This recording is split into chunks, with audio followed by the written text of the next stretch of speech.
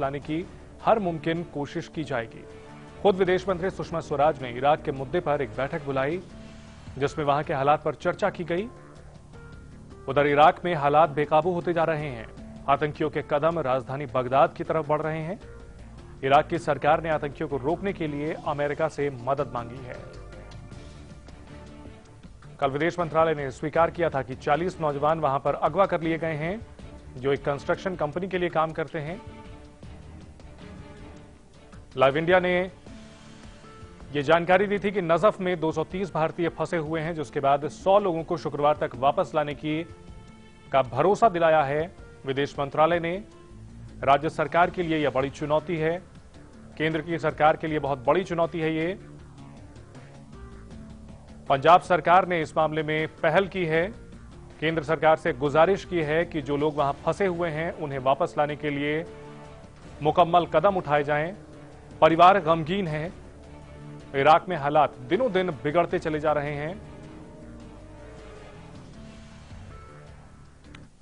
Live India की मुहिम से पूरा देश जुड़ रहा है और यह मांग कर रहा है कि इराक में फंसे हुए हिंदुस्तानियों को वापस लाओ। बुधवार को लाइव इंडिया ने खबर दिखाई कि इराक के नजफ इलाके में 230 भारतीय फंसे हैं। हमने ये जानकारी भारत सरकार को भी दी। भारत सरकार ने इराक में भारतीय दूतावास को संदेश भेजा और भरोसा दिलाया कि उन भारतीयों को जत्थों में वापस लाया जाएगा, लेकिन अब यह काम थोड़ा पेचीदा हो चुका है। लाइव इंडिया को जानकारी मिली है कि वो भारतीय जिस कंपनी में काम कर रहे थे, उसने हिंदुस्तानियों को वापस भेजने से इनकार कर दिया।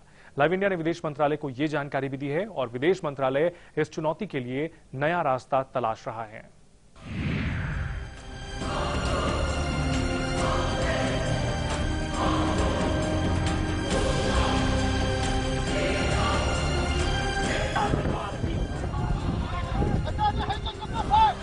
गोलियां इराक में चलती हैं तो दिल हिंदुस्तान का भी दहलता है।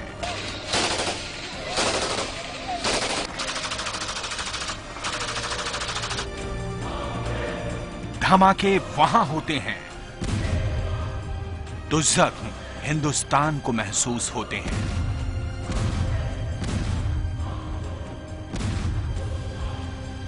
आतंकियों के कदम बगदाद की तरफ बढ़ रहे हैं।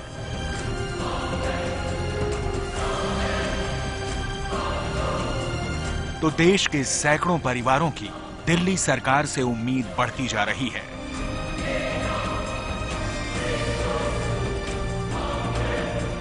वो इसलिए क्योंकि उस कत्लेआम के बीच तकरीबन 100 हिंदुस्तानी भी फंसे हुए हैं, जिसमें से ज्यादातर का तो कोई अता पता ही नहीं है। हम वो सब प्रयत्न कर रहे हैं जो एक सरकार को करने चाहिए और मैं पर्सनली सुपरवाइज कर रही हूं उन सबको। इसलिए मैं आश्वस्ति देना चाहती हूं उन लोगों को। सरकार की तरफ से हर संभव, और केवल संभव नहीं, जिसे कह सकते हैं ना कि हम कोई कोर कसर नहीं छोड़ रहे। मैं व्यक्तिगत रूप से मॉनिटर कर रही हूं सारे के सारे प्रयास और कोई कोर कसर नहीं छोड़ रहे अपने भारतीयों को राहत देने में। सरकार ने जो दावा किया था कि नजफ में फंसे तकरीबन 200 हिंदुस्तानियों को 2 जत्थों में हिंदुस्तान वापस ले आया जाएगा, लेकिन यहां भी भारत सरकार के सामने मुश्किल खड़ी हो चुकी है। भारत सरकार ने शुक्रवार को 100 भारतीयों को वापस लाने का वादा किया था। इस सिलसिले में भारत सरकार ने उस कंपनी से भी संपर्क साधा जिसमें हिंदुस्तानी काम कर रहे थे। कंपनी ने भी भारतीयों को वापस भेजने का वादा किया था, लेकिन अब वो कंपनी अपने वादे से मुकर चुकी है। इन सभी 230 हिंदुस्तानियों पर नजफ से बसरा शहर भेजने का दबाव बनाया जा रहा है। यह शहर नजफ से 600 किलोमीटर दूर है, जहां जाना खतरे से खाली नहीं होगा। कंपनी के एजेंट हिंदुस्तानियों पर यह दबाव बना रहे हैं कि उन्हें भारत वापस जाने से पहले $1000 की रिश्वत देनी होगी। आपके चैनल ने मुझे 1 घंटा पहले ये बताया है। मैंने इमीडिएटली हमारे एम्बेसडर को बता दिया है। जब ऐसी मुश्किलें होती हैं तो इसमें वक्त लगता है, लेकिन हमारी तरफ से कोई कमी नहीं है कोशिश करने में, और इस पर हम जरूर कोशिश करेंगे। दूसरी तरफ इराक में अगवा हुए भारतीयों की गिनती बढ़ती जा रही है। बुधवार तक पंजाब के 40 नौजवानों के अगवा होने की खबर आई थी, मगर अब उस लिस्ट में महाराष्ट्र, बिहार और उत्तर प्रदेश के लोगों का भी नाम जुड़ चुका है।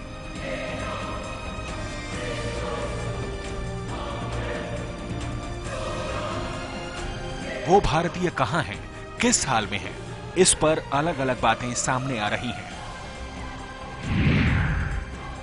पीड़ित परिवारों का कहना है कि उन लोगों से रविवार के बाद कोई संपर्क नहीं हुआ। भारत सरकार भी उन भारतीयों का पता लगाने में जुटी है, जबकि इराक सरकार ने भरोसा दिलाया है कि सभी अगवा भारतीय सुरक्षित हैं, जबकि कंपनी का कहना है कि वो सभी भारतीय इराक के इरबिल शहर में हैं और सुरक्षित हैं। पिछले 24 घंटों में इराक से कई हिंदुस्तानी वापस आए हैं, लेकिन आतंकियों के चंगुल में फंसे भारतीयों को वापस लाना अब भी सरकार के लिए चुनौती बना हुआ है। Manish Shukla, live India, Delhi. Live India संवाददाता मनीष शुक्ला इस खबर पर ज्यादा जानकारी के साथ हमारे साथ जुड़े हुए हैं। मनीष, सरकार की तरफ से कदम जरूर उठाए जा रहे हैं, लेकिन भारतीयों को वापस लाने की राह लगातार मुश्किल होती जा रही है। ऐसे में भारतीयों को कैसे वापस लाया जाएगा? तुर्की की कंपनी ने सहयोग करने से इनकार कर दिया है। अगवा लोगों की लिस्ट लंबी होती जा रही है। जी हाँ, तुर्की की कंपनी ने, जो मारमारा नाम की कंपनी है, वो कंपनी कल तक राजी हो गई थी और विदेश मंत्रालय ने जब लाइव इंडिया पे सारी खबरें जब दिखाई गई थी तो विदेश मंत्रालय ने ये कहा था कि उस जो टर्किश कंपनी है वो उसको मनाया गया है और फ्राइडे को वो लोग पहला जत्था भेजने को तैयार हो गए हैं भारत, और जो दूसरा जत्था है वो संडे को भेजेंगे। लेकिन आज हमने दोबारा जो भारतीय हैं 230 नजफ शहर में, उनसे हमने बात की तो वो सारे बहुत परेशान हैं। उनका कहना है कि कंपनी मुकर गई अपने वादे से और उनको बसरा भेजा जा रहा है। दूसरी तरफ हम ये भी देख रहे हैं कि जो मोसुल में जो भारतीय फंसे हुए हैं, जो बंधक बनाए गए हैं, अगवा हो गए हैं, उसको लेकर के एक जरूर राहत की खबर आई है कि ये पता कर लिया गया है कहाँ वो, किस जगह उनका लोकेशन क्या है। भारत सरकार बहुत ज्यादा कुछ बता नहीं रही है क्योंकि उनके जान माल का खतरा हो सकता है, लेकिन सबसे बड़ा चैलेंज यही होगा चंदन कि उनको आप लाएंगे कैसे, किससे बात करेंगे और क्या प्रोसीजर होगा। जी बिल्कुल, पूरे देश की नजर इसी पर लगी हुई है। लाइव इंडिया की मुहिम भी इसीलिए चलाई जा रही है कि जो हिंदुस्तानी इराक में फंसे हुए हैं उन्हें महफूज तरीके से भारत वापस लाया जा सके। मनीष, आप हमारे साथ बने रहें। इराक के नजफ में जो भारतीय फंसे हुए हैं उन्होंने लाइव इंडिया को अपनी दिक्कतें बताई हैं। कुछ देर पहले अपना दर्द उन्होंने बताया और बताया कि कैसे कंपनी उन्हें भारत भेजने से इनकार कर रही है। तो जयप्रकाश, क्या सोचा है आपने? जब पैसे आपके पास नहीं है, एजेंट ये पैसे मांग रहे हैं वापस भेजने के लिए, तो कैसे आएंगे? सर अब क्या करेगा कोई, अब देखते हैं। जयप्रकाश, कितने लोग हैं आप आसपास इस वक्त? यहाँ पे लगभग 135 हैं। कितने हैं? 230 लोग हैं। आपको पूरा देश सुन रहा है, पूरी दुनिया में सुना जा रहा है और आपके परिजन भी सुन रहे होंगे। जो कुछ आसपास लोग हों उनसे बात कराइए, जिससे कम से कम परिजनों को राहत मिले, उन्हें पता चले कि किस स्थिति में हैं आप। और कौन है आपके पास, बात कराइए उनसे जरा। है सर, ठीक है, बात कीजिए, लाइव चल रहा है। जी, क्या नाम है आपका?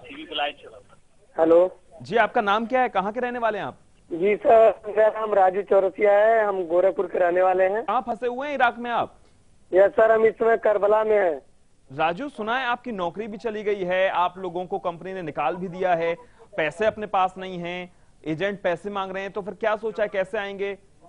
अभी सर देखिए, फिलहाल कंपनी ने हम लोग को विशाला दिया था कि तसल्ली भी दिया था कि शुक्रवार को आपको भेज दिया जाएगा बंदे 100 आदमी को करके।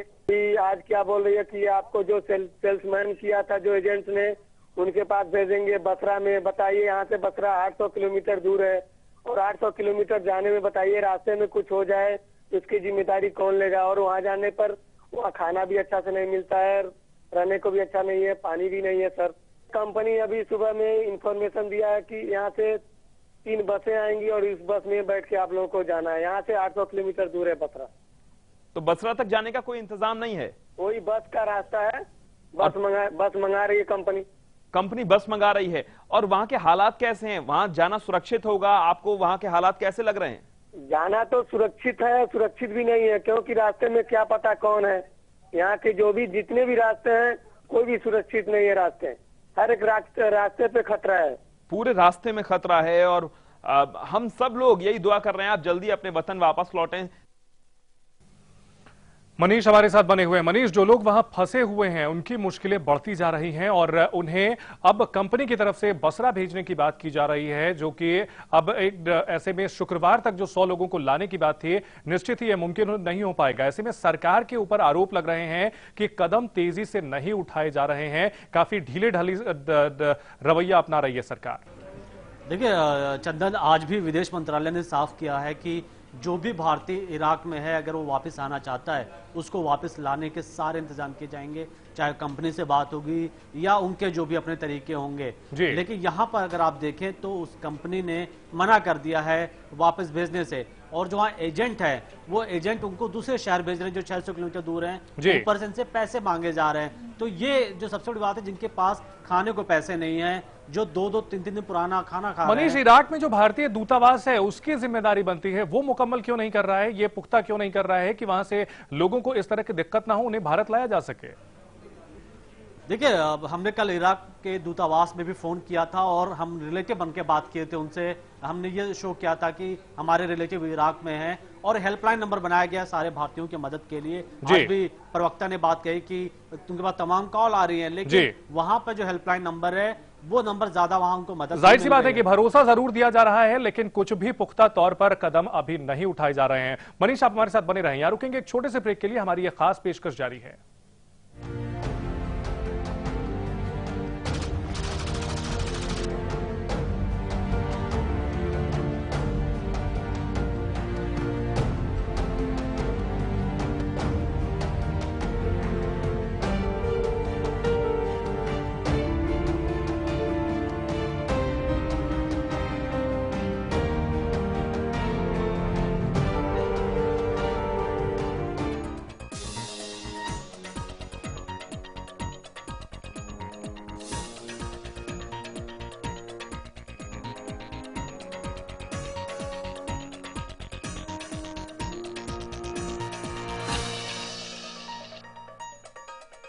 क्या आपको मालूम है, शादी के बाद कई बार कुछ सेक्स समस्याएं आ जाती हैं जो लाई नहीं होती, और ना सहे हमसे कहें। अशोक क्लिनिक, चांदनी चौक, दिल्ली। जीते जीते जिंदगी की शाम होने लगी है, मौत किश्तों में अब मेरे नाम होने लगी है।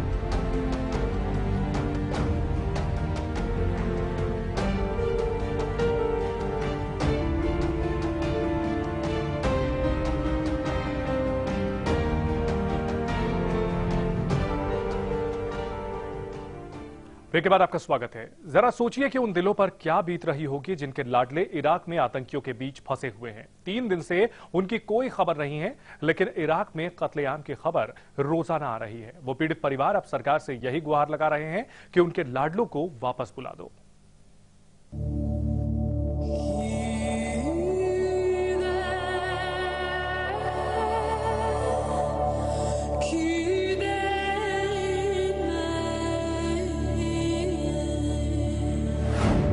पंजाब से केरल तक दर्द की कहानियां, हाथों में अपने लाडलों की तस्वीरें हैं, आंखों में आंसू हैं और दिल में एक उम्मीद कि भारत सरकार इनके अपनों को भारत लेकर आएगी। पंजाब के तकरीबन 40 परिवारों का एक ही दर्द है। रविवार की शाम आखिरी बार फोन आया था। बेटों ने बताया था कि इराक में आग भड़क चुकी है, वो भारत वापस लौटना चाहते हैं, लेकिन उस दिन के बाद से अब तक कोई फोन नहीं आया, कोई खबर नहीं आई। कितने दिन हो गए पता नहीं, कोई उन्हें सही सलामत घर होना चाहिए। आपको किस तरीके से पता चला कि वो भी उनकी कैद में फंस गया है? इतने फोन होया इस तरह एक दूजे को सुनते खबर सुनते हैं। धर्मेंद्र की मां ने भी अपने बेटों को बड़े अरमान से परदेश भेजा था। एक कंस्ट्रक्शन में काम मिला था। शनिवार को धर्मेंद्र ने मां को फोन भी किया था, लेकिन उसके बाद से बेटे की कोई खोज खबर नहीं। मुड़के हुण शनिवार दा फोन आया था, मुड़के लगा ही नहीं। एतवार फिर लाने नहीं लगा फोन बंद आउंडे दिन। हुण कैसे पता चला आपको कि वो भी फंस गया है? उन्हें आप खुद कहा उदन जिदन मतलब उन्होंने गवाह किया उदन मतलब 12:30 सानू फोन आया वे ते आंदा सानू मतलब बहाने नाल लै चले ने, पता नहीं किथे लै चले ने। परिवार बेचैन है। इराक से आती खबरों से दिल बैठा जाता है और अपने लाडलों की चिंता सताने लगती है। लास्ट विच फिर 17 तरीक साडे लड़के नाल होई है बात रात नूं 2 वजे भी मैनू इस वेले साडे जिन्ने बंदे हैगे आ 41 बंदे पे सानू एक कैंटर दे विच लद के लिजा रहे आ। सानू कोई पता नहीं हैगा भी कित्थे लिजा रहे आ ते साडे नाल धक्केशाही कर रहे आ भी ये साडे कोलों जो फोन वगैरह जो लैपटॉप वगैरह सारा कुछ खो चुके आ। पीड़ित परिवार अब सरकार का हर दरवाजा खटखटा रहा है, दिल्ली तक अपनी गुहार पहुंचा दी है, लेकिन बदले में कुछ मिला है तो सिर्फ तसल्ली। कानपुर के इस परिवार की भी यही कहानी है। इनका बेटा जियारत के लिए इराक गया था। 3 दिन पहले फोन भी आया था। बेटे ने बताया कि वो सलामत है, लेकिन फिर भी परिवार की बेचैनी काफी बढ़ गई है। सरकार से अपील यही है हमारी कि क्या कहते हैं कि वहां से जो भी हमारे हिंदुस्तानी भाई हैं उनको सबको उनसे विनती हमारी है कि वो उनको सबको सही कुशल से वापस बुलावे। केरल के इस परिवार की 2 बेटियां नौकरी की तलाश में इराक गई थीं। एक अस्पताल में नर्स की नौकरी भी मिल गई थी। कुछ दिन पहले बेटियों ने फोन पर बताया कि वो महफूज हैं, लेकिन इराक से आती खबरों के बाद इस परिवार को दिन रात बेटियों की याद सता रही है। सवाल सिर्फ इराक में अगवा हुए भारतीयों का ही नहीं है, बल्कि सवाल उस हर हिंदुस्तानी का है जो इराक के कत्लेआम को बेहद करीब से महसूस कर रहा है। Manish Shukla, live India, Delhi. वक्त है एक और छोटे से ब्रेक का। ब्रेक के बाद भी हमारी ये खास पेशकश जारी है।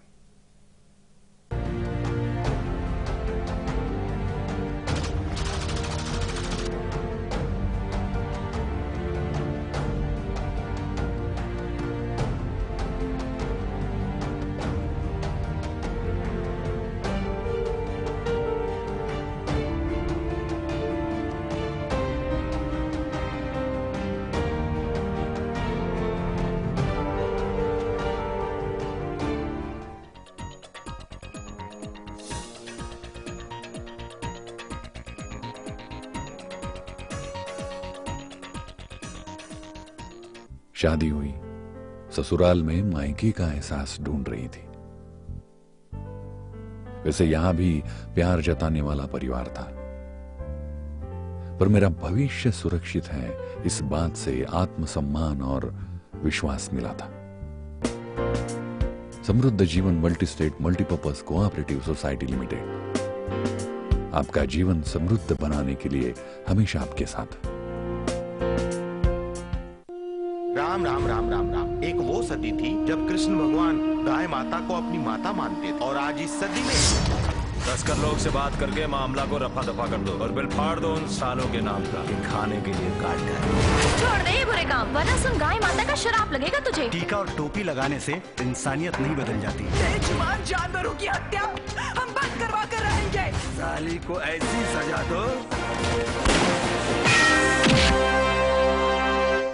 हाँ, सभी लोग तनावग्रस्त हैं, एकदम हमेशा टेंशन में बैठे हैं। या मदद तो फिलहाल में प्रेजेंट टाइम में कुछ भी नहीं मिल रहा है। लाइव इंडिया पर खबर दिखाए जाने के बाद विदेश मंत्रालय हरकत में आ गया है। इराक में फंसे 100 लोगों का पहला जत्था शुक्रवार को भारत लाया जाएगा। ये सारे जो भारतीय नजब में फंसे हुए हैं, इनको लाने के लिए स्पेशल प्लेन भेजे जाएंगे। धन्यवाद कहेंगे कि हमारी मदद किया।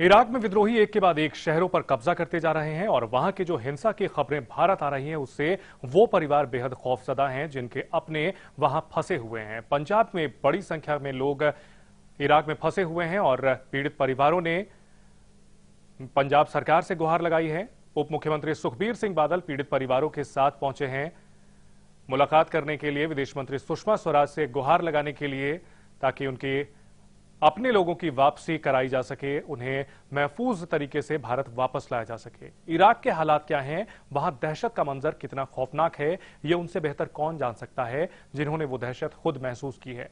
लखनऊ का एक परिवार इराक से कुछ ऐसे ही यादें लेकर आया है। क्या माहौल है इराक का, इस बारे में परिवार से बात की लाइव इंडिया संवाददाता राघवेंद्र त्रिपाठी ने। हमारे साथ नफीसा जो इराक गई थी धार्मिक यात्रा पे, वहाँ का कत्लेआम, वहाँ का मंजर देखा है। आइए जानते हैं कि उन्होंने क्या देखा और क्या अनुभव किया। नफीसा जी, आप वहाँ गई थी, क्या देखा और क्या अनुभव किया? कुछ क्या बताया, होटल में रहती थी, वहाँ पर ठीक से खाना न पीना, फिर भी कहती थी कि मौला के लिए आए, जियारत के लिए, मैं कोई चिंता नहीं, भूख प्यास की। फिर उसके बाद में वहाँ रौदे पे जब गई तो वहाँ पर देखा कि लाशें पे लाशें आ रही है। वो देख के ढल गई कि मैं कैसे घर जाऊंगी, क्या करूंगी, कोई बस अभी जो उसने देखा। फिर उसके बाद में हमने देखा जलते हुए मारते थे बच्चों को और औंधा देते थे, मर्दों का औंधा देते थे और उसके बाद में आग बन डालते थे। वो देख के मैं बस तड़प गई, या बोला मैं घर कैसे जाऊंगी, क्या करूंगी। बस ये लाख लाख शुक्र है कि सब रौदा को मैंने जियारत कर लिया था और किसी तरह से घर पहुंच गई। मैं ही समझती थी कि अब अपने घर नहीं पहुंचूंगी। और जैसे हम लोग फिर रवाना हुए तैसे भी गोलू बरदू चलने लगा। इनके बेटे महबूब भी इनके साथ गए थे। आइए इनसे जानना चाहते हैं कि क्या है वहाँ की सच्चाई, वहाँ क्या चल रहा है, कत्लेआम किस तरह का है। वहाबीज जो है वो कर रहे हैं, पॉपुलेशन शिया की ज़्यादा है और वहाबीज की कम है, लेकिन सरकार उन्हीं की है। तो वो लोग चाहते नहीं कि रोज़ा वगैरह रहे, सबको वो ख़त्म करना चाहते हैं और शियों पे जुल्म कर रहे हैं पूरी तरीके से। और हालात बहुत ही गंभीर है, सबको मार दिया जाता है। बस लेके जाते हैं जो ज़ायरीन, उनमें से ड्राइवर को और औरतों को छोड़ देते हैं, बाकी जितने बच्चे और बूढ़े हैं और मर्दों को लिटा के गोलियों से भून देते हैं। इराक से तो लौट आए हैं लेकिन अभी इनके मन में खौफ का मंजर बाकी है। कैमरामैन गिरीश के साथ राघवेंद्र त्रिपाठी, लाइव इंडिया, लखनऊ। तो इराक से दहशत की और खौफ की ऐसी अनेक कहानियां हैं जो कि सुनने में आ रही हैं और ऐसे में उन लोगों का दिल बैठा जा रहा है जिनके परिवार वाले वहां फंसे हुए हैं। लाइव इंडिया की यह मुहिम लगातार जारी है ताकि आपके अपनों को वापस लाया जा सके और सरकार की ओर से भी दबाव बनाया जा रहा है ताकि जल्द से जल्द जो लोग वहां फंसे हुए हैं उन्हें सुरक्षित तरीके से वापस लाया जा सके। हमारी खास पेशकश में इतना ही। आप देखते रहिए लाइव इंडिया।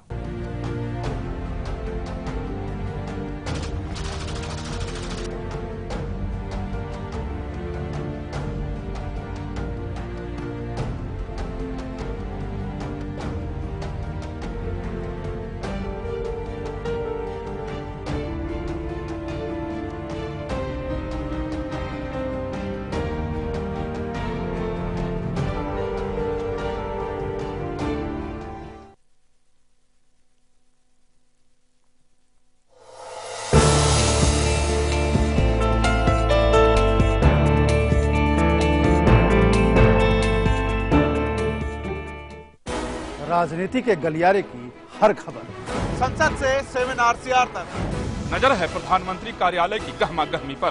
दिखाएंगे बंद कमरों की फाइलों और फैसलों का सच, रखेंगे पैनी नजर, लाएंगे हर खबर आपके पास पूरे भरोसे के साथ। लाइव इंडिया, खबर हमारी, फैसला आपका।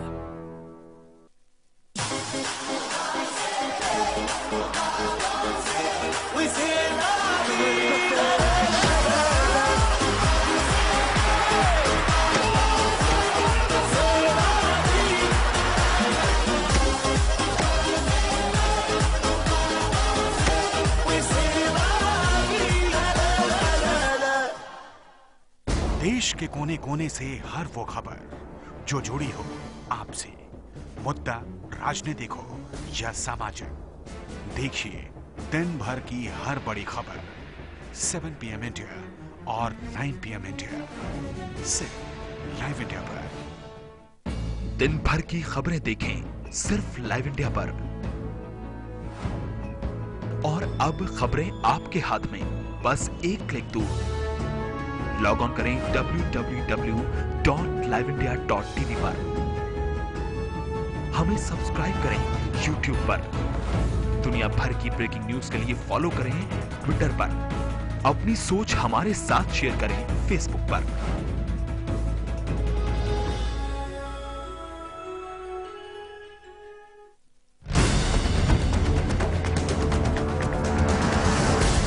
देश और दुनिया की हर बड़ी खबर,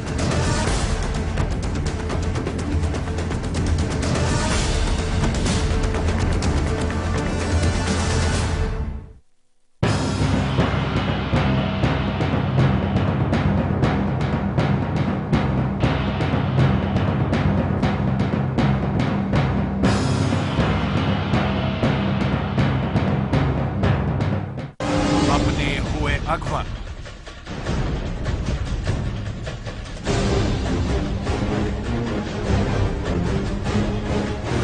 आतंकियों के कब्जे में हिंदुस्तान।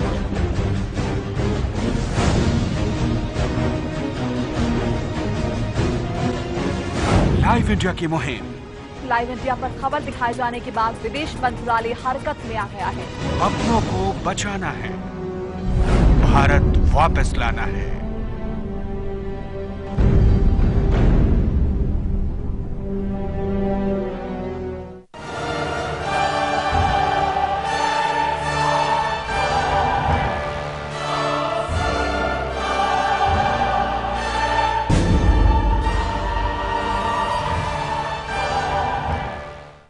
बॉलीवुड लाइव के प्रायोजक हैं केश किंग आयुर्वेदिक तेल, the king of hair oil. Headline के सह प्रायोजक हैं दिव्या अंडरवियर बनियान, perfect fit, instant hit. Iraq में मौसूल से अगवा 40 भारतीयों का मिला सुराग, लेकिन सुरक्षा कारणों से विदेश मंत्रालय ने जगह बताने से किया इनकार। सुषमा स्वराज से मिलने पहुंचे पंजाब के पीड़ित परिवार। लाइव इंडिया की मुहिम का असर, विदेश मंत्रालय ने नसब में फंसे भारतीयों की जानकारी हासिल करने के लिए राजदूत को दिए निर्देश। भारतीयों को वापस भेजने से मुकर गई तुर्की की कंपनी। रेप के आरोप में फंसे निहाल चंद के साथ खड़ी हुई मोदी सरकार, वित्त मंत्री जेटली ने कहा निहाल चंद के इस्तीफे की जरूरत नहीं, मोदी सरकार की नैतिकता पर उठे सवाल।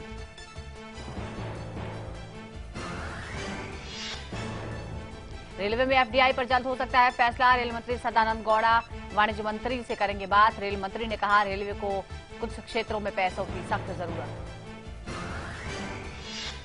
गृह मंत्रालय में होगा हिंदी में कामकाज, गृह मंत्री राजनाथ सिंह ने दिया निर्देश। करुणानिधि ने जताया विरोध, गृह राज्य मंत्री ने कहा क्षेत्रीय भाषाओं को मिलेगा पूरा सम्मान। महाराष्ट्र के बीड में पुलिस भर्ती के दौरान महिला हुई बेहोश, अस्पताल में भर्ती। बीमार होने से अब तक 5 युवकों की जा चुकी है जान। फिर उठे सवाल, आखिर कब चेतेगी राज्य सरकार। महाराष्ट्र शिवसेना के लिए सीएम के लिए शिवसेना ने फिर उछाला उद्धव ठाकरे का नाम। संजय राउत ने कहा मुख्यमंत्री के लिए है सिर्फ एक ही नाम, बड़ा सवाल अब बीजेपी का क्या होगा रुख। हंगामे की भेंट चढ़ा यूपी विधानसभा का पहला दिन, बीएसपी और बीजेपी विधायकों ने कानून व्यवस्था और बिजली पानी को लेकर किया हंगामा। सदन कल तक के लिए स्थगित। बिहार में राज्यसभा चुनाव के दौरान जमकर हुई क्रॉस वोटिंग, जेडीयू के 21 विधायकों ने दिया नीतीश को धोखा, कांग्रेस के 3, आरजेडी के 2 विधायकों ने भी निर्दलियों को दिया वोट। प्रीति जिंटा कल लौटेंगे देश, पुलिस के सामने दर्ज कराएंगे अपना बयान। आईपीएल सीईओ सुंदर रमन का बयान हुआ दर्ज।